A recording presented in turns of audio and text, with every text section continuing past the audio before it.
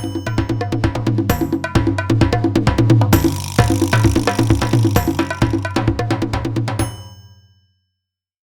hello guys.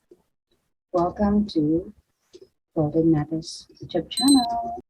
Hello! Welcome back to my channel, and as I promised last time, pag-uusapan natin ngayon how to register your business with DTI. So for today, pag-uusapan natin kung bakit kailangan mag-register, kung ano yung mga steps for DTI registration, and ano yung mga tips para sa mga kapwa ko online sellers. So, why you have to register your business?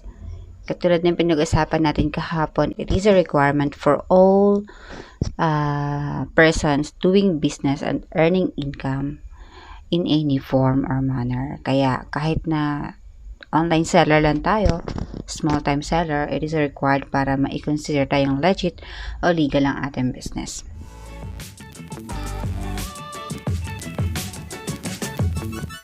Pag-uusapan naman natin, steps for DTI registration. Ano ba yung first step? First, you have to prepare for your business name. Dapat ito ay kahit na anong pangalan, okay lang. Pero dapat na ito ay hindi ang iyong totoong pangalan. And it should be a unique name. Syempre, para attractive sa mga buyers and para din ma-approve sa DTI kapag nag-a-apply na tayo. How to confirm the availability of your business name. Okay, pag-usapan natin yan ngayon. Tingnan natin itong video. So again, you have to do that sa DTI Online. This is also what we use to see if an online seller is registered to DTI. So as we can see, hindi pwede si Pretty Little Things kasi registered na siya. Existing na siya. So we will try Little Things para sa new store natin. Oh, there's no exact match. So we will proceed to use that through our online application. I will put on the description kung saan tayo, kung anong link yung gagamitin natin when we register our business.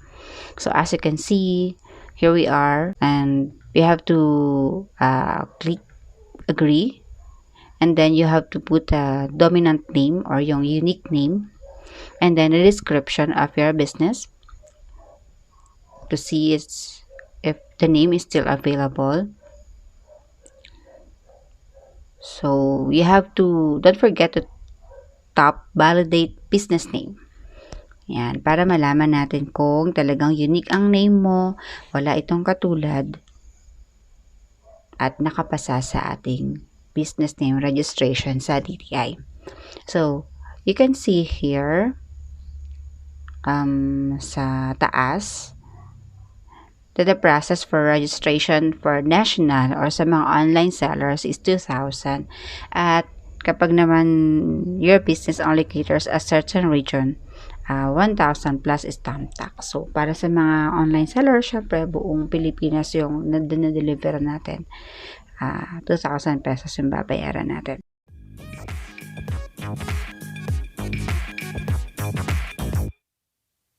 Okay. So, you don't have to pay for this, pero you have to proceed, and you will find a reference code that you will use to proceed with your registration at kapag magbabayad ka na rin. So after that, you have to fill up all the necessary information, address and municipality, okay, your cell phone number, business activity, email address, TIN number nung nag-a-apply. Okay. So, I pay through PayMaya, but you can also pay through GCash. Ano naman ang tip para sa mga kapwa ko online sellers?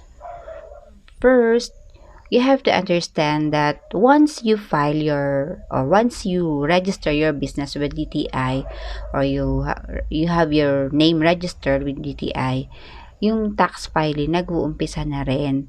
So, para ma-avoid natin yung penalties, please ensure na ready ka na talaga kapag nag-file ka ng business name sa DTI.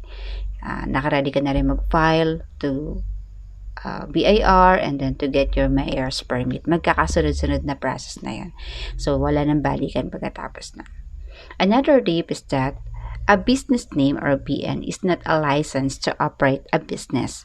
So, marami kasi na kumukuha ng DTI lang and then nag-stop. Hanggang doon na lang and they say na okay na, legal na ako. No, you also have to file your tax or to apply for a certificate of registration sa BIR and to apply a mayor's permit or business permit. Again, kahit na wala naman tayong babayaran tax at ang business natin ay 250,000 annually ang income, you still have to file. Okay, so that's it for today. And sa susunod, pag-uusapan naman natin kung paano mag-file ng tax. Turuan ko rin kayo paano i-compute yun. Thank you guys for watching.